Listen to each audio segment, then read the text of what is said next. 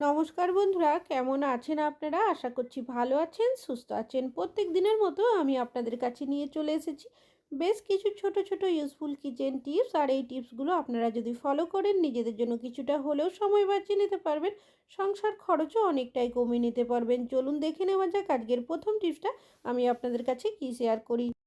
আপনারা কি কখনো কমলালেবুর জুস বের করার জন্য চায়ের ছাঁকনির ব্যবহার করে দেখেছেন? আমি এখানে একটা কমলালেবু নিয়েছি। এখন বাজারে প্রচুর কমলালেবু পাওয়া যাচ্ছে, আমাদের প্রত্যেকেরই বাড়িতে কম বেশি নিয়ে আসা হয়ে থাকে। তবে আমরা অনেকেই দেখবেন ছোট বাচ্চাদের কমলালেবুর জুস খাওয়াই, তবে সবার কাছে সবসময় দেখা যায় জুস আর থাকে না। সেক্ষেত্রে আপনারা একটা চায়ের ছাঁকনির ব্যবহার করতে পারেন।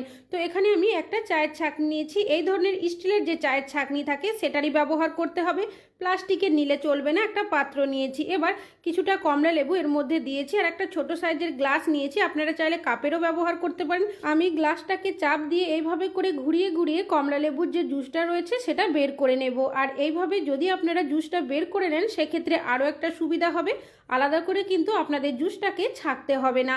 তো বাকি যে কমলা লেবুগুলো ছিল একইভাবে আমি গ্লাসটাকে চাপ দিয়ে ঘুরিয়ে ঘুরিয়ে সেই কমলা লেবুর থেকেও কিন্তু জুসটাকে বের করে নিয়েছি। দেখতেই পাচ্ছেন আর কতটা সুন্দর জুসটা বেরিয়েছে।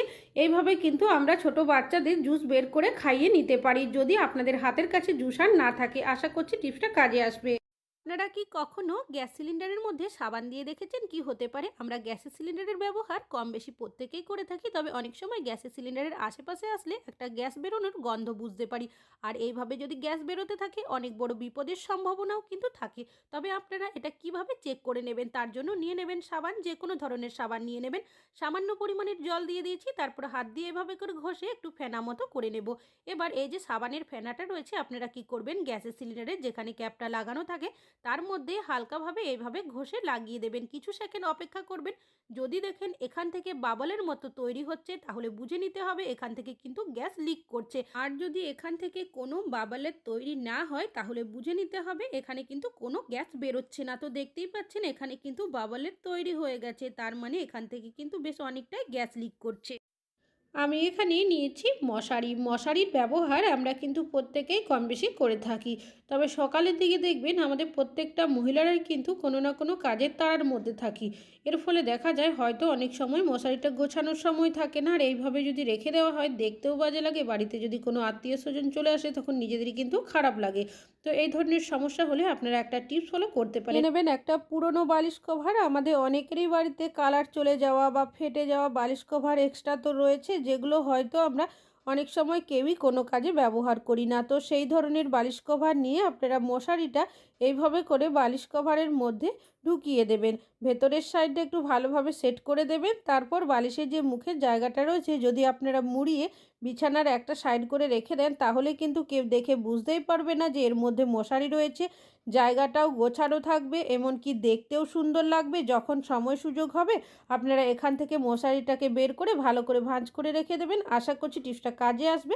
ভালো লাগলে লাইক করবেন। এখন চলে যাচ্ছি পরবর্তী টিপসে। আমি এখানে নিয়েছি বেলন চাকি। রুটি, পরোটা, লুচি বেলার জন্য আমরা কম বেশি অনেকে এই ধরনের কোনো না কোনো বেলন চাকির ব্যবহার করে থাকি। তবে রেগুলার রুটি পরোটা বেলার কারণে দেখবেন কিছুটা আটার গুঁড়ো বা আটা লেগে থাকে।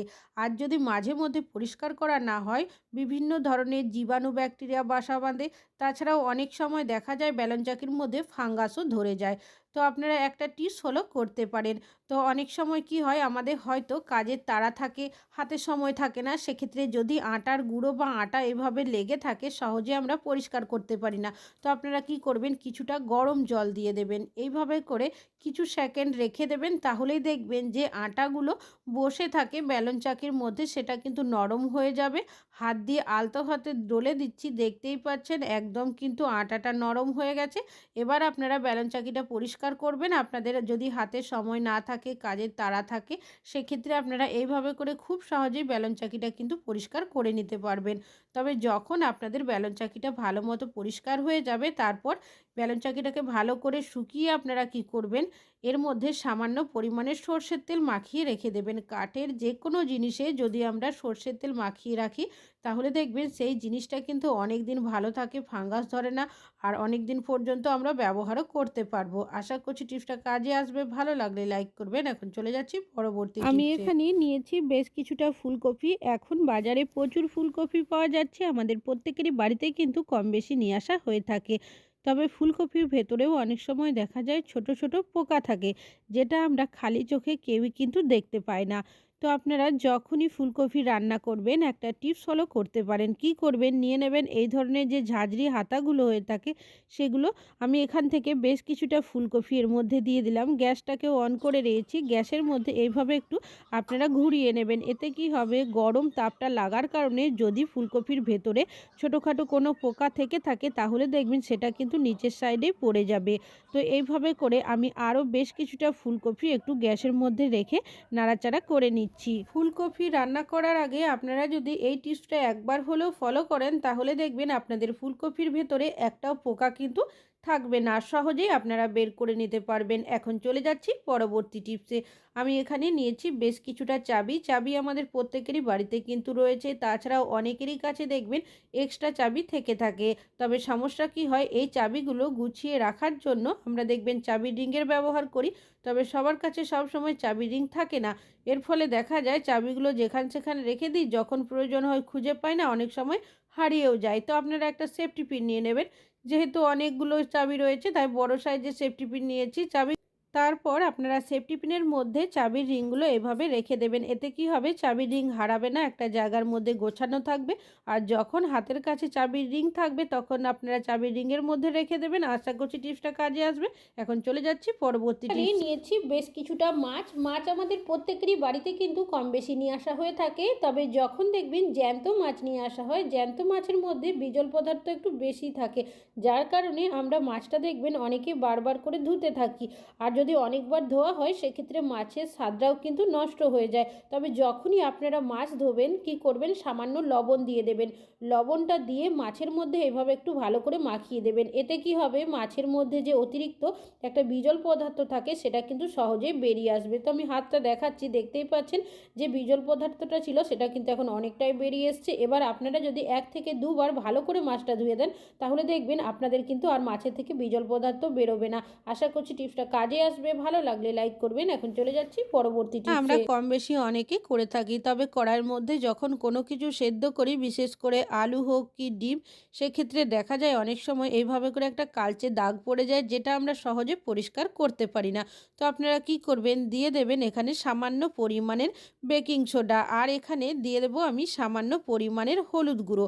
আর নিয়েছি এখানে কোলগেট। আপনারা যে কোনো সাদা টুথপেস্টের ব্যবহার করতে পারেন।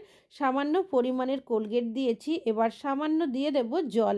তারপর সব উপকরণগুলো হাত দিয়ে মিশিয়ে এইভাবে করে কড়াইয়ের মধ্যে আমি ভালোভাবে লাগিয়ে দিচ্ছি। এইভাবে চাইলে আপনারা 5 মিনিট লাগিয়ে রেখেও দিতে পারেন। তবে আমি যেহেতু ভিডিওটা বানাচ্ছি সাথে সাথেই কিন্তু পরিষ্কার করে দেখাবো, তাই এখানে একটা স্ক্রাবার নিয়েছি। স্ক্রাবারটাকে আগে জল দিয়ে ভিজিয়ে নিয়েছিলাম। এটা দিয়ে আলতো হাতে যদি এইভাবে ডলে নেন তাহলেই দেখবেন কড়াইয়ের মধ্যে যে কালচে দাগটা রয়েছে সেটা কিন্তু সহজেই উঠে পরিষ্কার হয়ে যাবে। তো দেখতেই পাচ্ছেন যে দাগটা ছিল সেটা কিন্তু একদমই উঠে গেছে। এবার পরিষ্কার জল দিয়ে ধুয়ে আপনাদের কড়াইটি দেখাচ্ছি। কিন্তু বেকিং সোডা, হলুদ গুঁড়ো আর কোলগেটের ব্যবহার করেছি, তাই এই উপকরণগুলো এতটাই পাওয়ারফুল, একসাথে মিশে যাওয়ার কারণে এটা কিন্তু অনেক ভালো কাজ করে।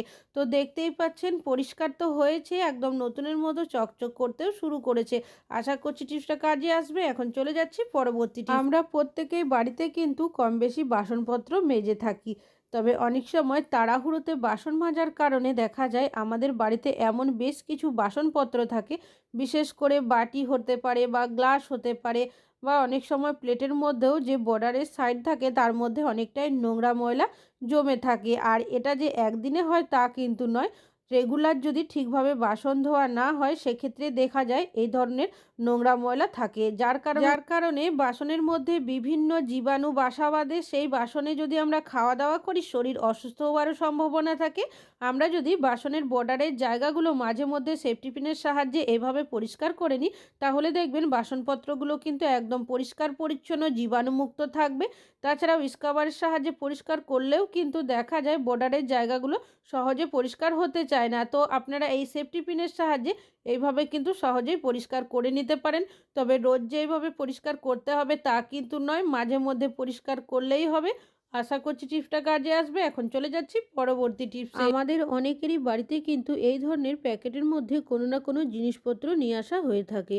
তবে যখন আমরা এই প্যাকেটের গিঁটটা খুলতে যাই অনেক সময় দেখা যায় সহজে খুলতে পারি না, এতটাই টাইট থাকে। জোর করে যদি খুলতে যাই অনেক সময় দেখা যায় প্যাকেটটাই ফেটে যায়। তো এই ধরনের সমস্যা হলে আপনারা কি করবেন, দুটো সাইডকে এইভাবে করে মুড়িয়ে নেবেন।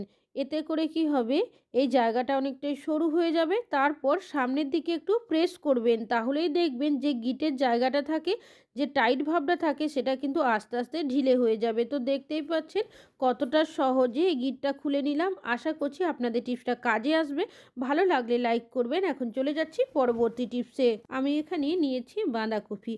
এখন বাজারে প্রচুর বাঁধাকপি পাওয়া যাচ্ছে। আমাদের প্রত্যেকেরই বাড়িতে কিন্তু কম বেশি নিয়ে আসা হয়ে থাকে। তবে বাঁধাকপি যখন আমরা কুচি করতে যাই, বিশেষ করে নতুন রাঁধুনি হয়ে থাকলে তারা অনেক সময় হাত কেটে ফেলে।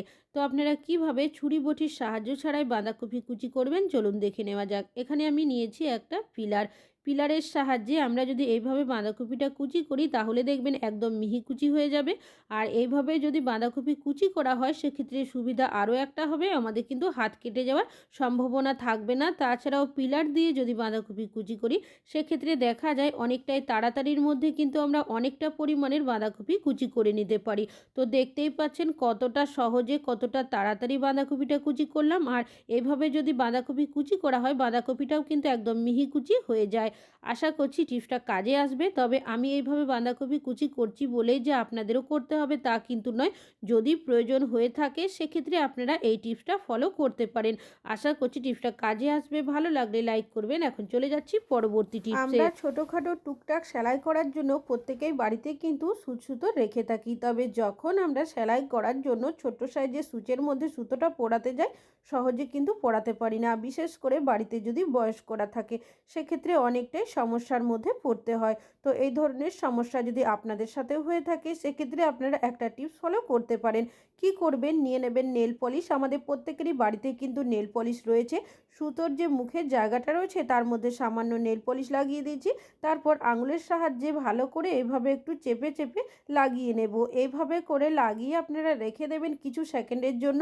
তাহলে দেখবেন নেল পলিশটা শুকিয়ে যাবে আর যে সুতোটা রয়েছে সেটাও কিন্তু শক্ত হয়ে সোজা হয়ে যাবে। তারপর যদি আপনারা সূচের মধ্যে সুতোটা পরান দেখবেন খুব সহজেই কিন্তু পরিয়ে নিতে পারবেন। আশা করছি টিপসটা কাজে আসবে। ভালো লাগলে লাইক করবেন। আজকে এখানেই শেষ করছি।